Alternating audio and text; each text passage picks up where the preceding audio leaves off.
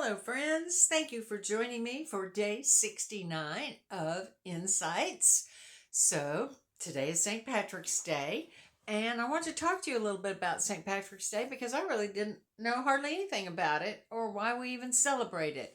So, I did some research and I have some information to share with you, and it's really very interesting. So, here we go. So, St. Patrick was not born in Ireland, he was British born.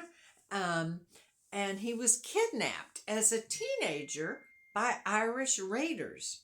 Now, after he escaped from them, um, he became a priest. Now, his original name was Maewyn Saccott, but when he became a priest, he changed his name to Patricius, and that's where we get Patrick, St. Patrick. So, the name Patricius means of noble birth. Isn't that interesting? Okay, so after he became ordained as a priest and changed his name to Patricius, he moved to Ireland because he was determined to convert the Irish to Christianity. He is the one who was credited for driving out the pagan influences, and he built a lot of churches and schools and monasteries over there as well. So that got me to thinking, okay, what were those pagan customs that he was so upset about that he needed to drive out? Well, the pagan customs came from the Druids. That's who occupied the land of Ireland, and they worshipped the gods of nature. So the sun, the rivers, and the sacred trees. They also would practice human sacrifices during the festival of Samhain. That's Samhain. That was the precursor to our Halloween celebrations.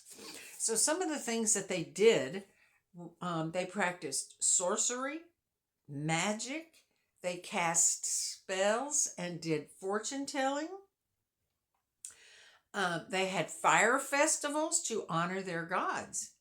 Well, St. Patrick, he got pretty bold and he lit the Paschal fire. That's the Christ candle on Easter, and he was challenging the customs of the day when he did that, challenging the Druid priests, directly challenging them.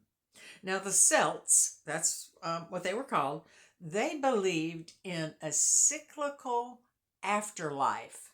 They worshiped their ancestors. And St. Patrick taught them a different way.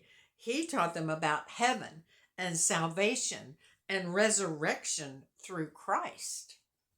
So, despite all of the opposition, he was successful. He successfully converted much of Ireland, and he replaced those pagan customs with Christian traditions.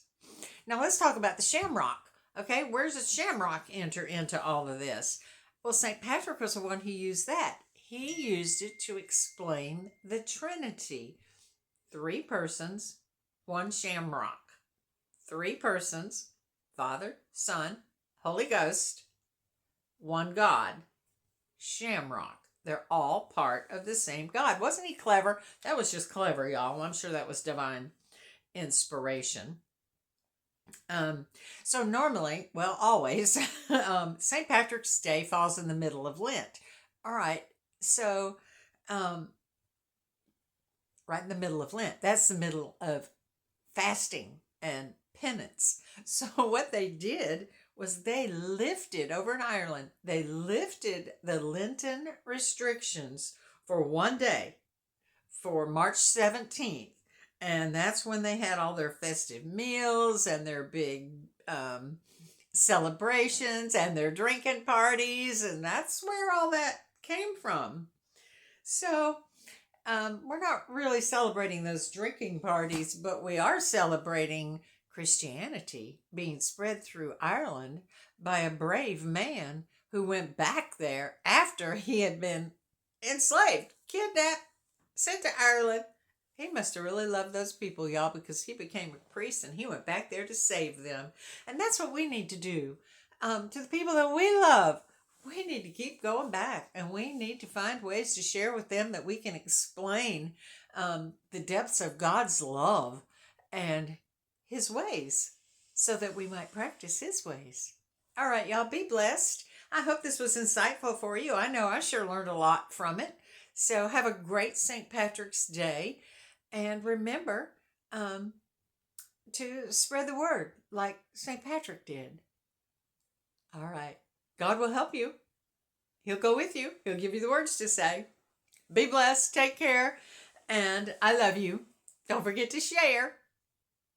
You like this green hair? It's kind of itchy. It's coming off real soon. Be blessed, friends.